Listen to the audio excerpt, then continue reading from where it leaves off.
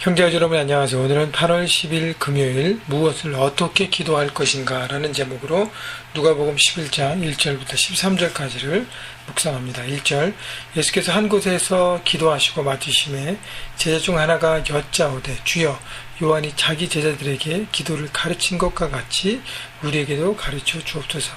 자, 1절에 예수님께서 한 곳에서 기도하시고 맡으심에 라고 했는데 예수님은 항상 기도하셨습니다. 기도가 삶의 그러니까 라이프 스타일이셨어요.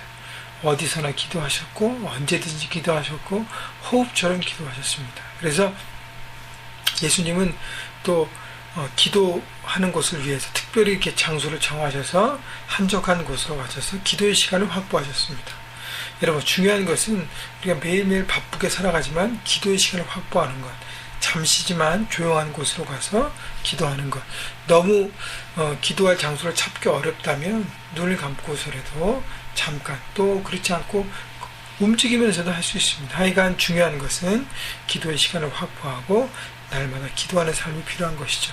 자, 그런 예수님께 제자들이 와서 기도를 가르쳐달라 그럽니다. 그래서 예수님께서 기도를 가르치신 내용이 2절, 3절, 4절입니다. 예수께서 이르시되 너희는 기도할 때 이렇게 하라. 자, 다른 복음서에 나온 주기도문에서 다 포함된 것이 아니라 그 일부가 이 누가복음에서는 기록되어 있습니다. 아버지여 이름이 거룩히 여김을 받으시오며, 자, 기도 이렇게 하라라고 한 다음에 첫 번째 단어가 아버지예요. 기도하는 대상이 누군지를 가르쳐 주십니다. 아버지에게 기도하는 것이죠. 우리는 아버지께 기도하는 축복을 받은 사람들입니다. 여러분, 내 의견과 내 생각과 내 마음을 우리 인간들의 관계 속에서 누가 가장 잘 압니까? 부모예요. 부모처럼 자식의 마음을 가장 잘 아는 사람은 없습니다.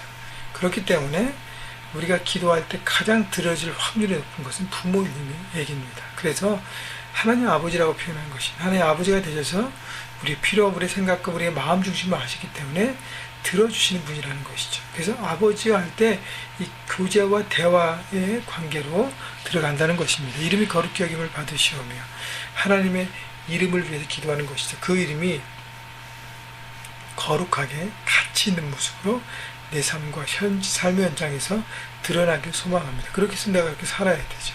나라가 임하옵시며, 하나님 나라를 위해서 기도하는 것이죠. 내 필요와 내 육적인 체험을 위해서 기도하는 것도 우리가 정말 절실하게 필요할 때 필요합니다. 근데 그건 나중에요. 먼저 기도할 것은 하나님 나라와 하나님의 이름입니다. 하나님 나라가 내 삶의 현장에서, 가정에서, 직장에서, 캠퍼스에서 임하여 주옵소서 라고 함께 기도하는 것이죠. 그 다음에 우리에게 날마다 일용할 양식을 주시고 내 어떤 육적인 필요를 위해서도 기도함이 필요합니다. 그 다음에 우리가 우리에게 죄진 모든 사람을 용서하오니 우리의 죄도 사하여 주옵시고, 인간관계를 위해서 기도하는 것이죠.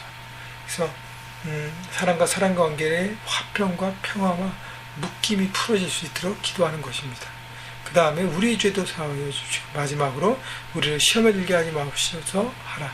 영적 전쟁에서 승리를 위해서 기도하는 것이죠. 삶의 현장에서 우리가 자꾸 넘어지지 않습니까? 그래서 영적 전쟁에서 승리해야 우리가 무장하고 모든 것을 돌파할 수 있습니다. 5절 또 이르시되 너희 중에 누가 벗이 있는데 밤중에 그에게 가서 말하기를 벗이여 떡 세 덩이를 내게 구워 달라. 내 벗이 여행 중에 내게 왔으나 내가 먹일 것이 없노라 하면 그가 안에서 대답하여 이르되 나를 괴롭게 하지 말라. 문이 이미 닫혔고 아이들이 나와 함께 침실에 누웠으니 일어나 내게 줄 수가 없노라 하겠느냐. 내가 너에게 말하니 비록 벗 때문에 인하여서는 일어나서 주지 아니할지라도 그 간청함을 인하여 일어나 그 요구대로 주리라. 자, 개역개정에서는 간청함, 그리고 개역 한글에서는 강청함이라고 표현했습니다. 간청함이나 강청함이나 기도의 자세라는 것이죠. 다시 얘기하면 내 욕심을 채우기 위해서 떼쓰는 기도라는 표현이 아니라 하나님의 뜻이 내 삶 가운데 이루어질 때까지 끊임없이 인내함으로 기도하는 자세를 가지라는 것이죠. 주님, 이 시험에서도 머지 않게 도와주세요. 능력 주세요. 함께 해주세요. 돌파할 수 있는 지혜 주세요. 끊임없이 기도해서 그 문제를 돌파하는 것입니다. 그래서 끈기 있게 인내함으로 기도하는 것, 기도의 자세입니다. 9절 내가 또 너에게 이르노라. 구하라 그러면 너에게 주실 것이요, 찾으라 그러면 찾아낼 것이요, 문을 두드리라 그러면 너에게 열릴 것이니 구하는 이마다 받을 것이요, 찾는 이가 찾아낼 것이요, 두드리는 이에게는 열릴 것이니라. 구하라, 찾으라, 두드리라. 다시 얘기하면 기도의 열정, 패션을 가지라는 것이죠. 기도하면 있고 기도하지 않으면 없습니다. 뭐가 있고 없죠? 하나님의 능력과 역사가 없다는 것입니다. 여러분, 기도하지 않으면 내 삶에 하나님의 능력과 역사가 나타나지 않는 것입니다. 그러나 기도하면 있는 것입니다. 그렇기 때문에 기도하는 것이 그리스도인으로서의 올바른 선택이라는 것입니다. 여러분, 구하고 찾고 두드리십시오. 이것이 바로 기도의 패션을 갖는 것이. 그렇기 때문에 한두 번 구해서 됐다가, 한두 번 구한다고 해서 구해서 안 된다고 해서 포기하지 말라는 것입니다. 끝까지 구하고 두드리고 찾아내는 그런 열정, 패션을 가지고 기도하는 자만이 하나님의 능력을 입게 되고 기도의 응답을 받게 되는 것입니다. 11절 12절 너희 중에 아버지 된 자로서 누가 아들이 생선을 달라 하는데 생선 대신에 뱀을 주며 알을 달라 하는데 정갈을 주겠느냐. 너희가 악할지라도 좋은 것을 자식에게 줄 줄 알거든 하물며 너희 하늘 아버지께서 구하는 자에게 성령을 주시지 않겠느냐 하시느니라. 자, 하나님이 아버지가 되셔서 우리의 기도에 응답하시는 놀라운 하나님 아버지가 되심을 말씀하십니다. 그래서 인간의 아버지가 악할지라도 자식에게만큼은 좋은 것을 주려고 했습니다. 하나님 아버지 오죽하겠느냐.